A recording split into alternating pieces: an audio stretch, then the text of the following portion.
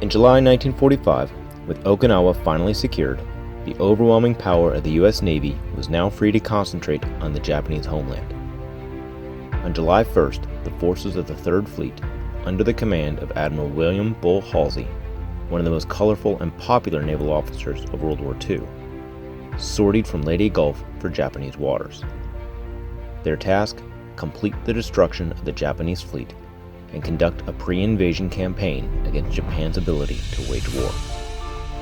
The fleet consisted of 8 fast battleships, 16 large carriers, 18 cruisers, and 62 destroyers.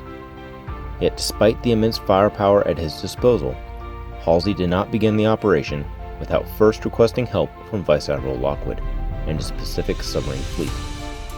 It was not the first time a fleet commander looked to the submarine force for support. For much of the first 2 years of the war, American submarines spent their days on patrol, roaming more or less at will, unsupported and far from their base of supplies, acting as free agents in a campaign of attrition against enemy men of war and shipping. Even when the concept of the Wolf Pack was introduced late in 1943, the new tactic evolved in a manner that blended the value of coordinated patrolling to improve chances of finding Japanese ships, with independent attacks following that were preferred by the ruggedly individualistic submariners. In November 1943, however, with the inauguration of the Pacific Offensive, known as the Island Hopping Campaign, a gradually increasing percentage of submarine effort was diverted to the support of fleet operations. Throughout the early amphibious invasions and carrier strikes conducted by the Fifth Fleet under Admiral Spruance, the support role of submarines began to evolve into a fixed pattern consisting of concentrating of submarine patrols along the convoy routes to the island involved in order to sink ships carrying supplies and reinforcements, photo reconnaissance of the enemy beaches to determine their suitability for landings, submitting weather reports on the days immediately preceding the strikes and landings, rendering lifeguard services for the carrier strikes which preceded the landings, and, added in 1945 to ensure the undetected approach of American task forces, anti-picket boat sweeps against Japan's first line of defense. The use of submarines in major fleet engagements reached the height of success during the second half of 1944. At the invasion of the Marianas in the summer of 1944, U.S. submarines torpedoed 11 ships carrying 12,000 soldiers to the islands. Later, at the Battle of Leyte Gulf in October 1944, submarines Darter and Dace spotted the approaching Japanese strike force, sunk 2 heavy cruisers, one of them the Admiral's flagship, and damaged a third. In June of 1945, as Admiral Halsey worked out the details of what was to be the first naval bombardment of Japanese cities since the start of the war, the news of Lockwood's Hellcat submarines with their mine-detecting ability had given him an idea. Halsey wanted submarines to search for minefields in the waters through which the battleships and cruisers would approach their bombardment positions, as well as an anti-picket boat sweep and lifeguard submarines along the coast. Lockwood was eager to assist.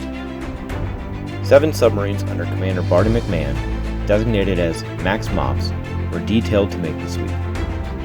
Lifeguard submarines were dispatched, and the only 2 submarines with special QLA frequency-modulated mine-detecting sonar still in port and not already operating in the Sea of Japan, Runner 2 and Redfin, were ready for action.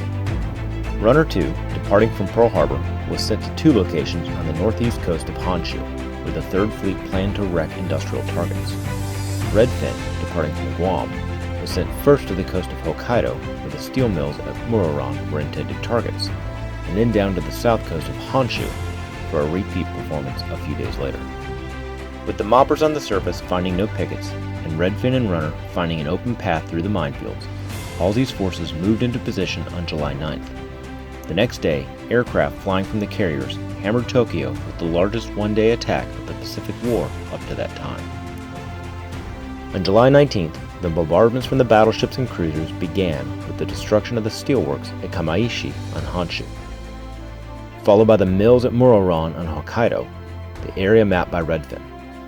On the 18th, Halsey's forces bombed the naval base at Yokosuka, and on the 24th, they hit the enemy fleet again at Kure, where most of the last remaining Japanese heavy ships were anchored. When smoke cleared, what had once been the 3rd largest navy in the world was reduced to only 1 remaining capital ship, and the losses suffered by the United States at Pearl Harbor were finally avenged. The appearance of Allied warships off the coast, enabled by the successful mine-to-field detection of Redfin and Runner, convinced many Japanese that the war was over.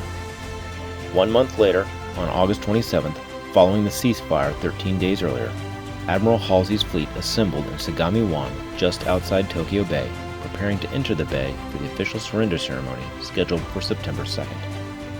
On board Halsey's flagship Missouri, her captain, Stuart Murray, compared charts of the minefields with the Japanese harbor pilots, brought aboard to help guide the ship into the bay. The Japanese noticed the American chart indicated more minefields than the pilots were aware of, and asked Captain Murray where he had obtained his chart.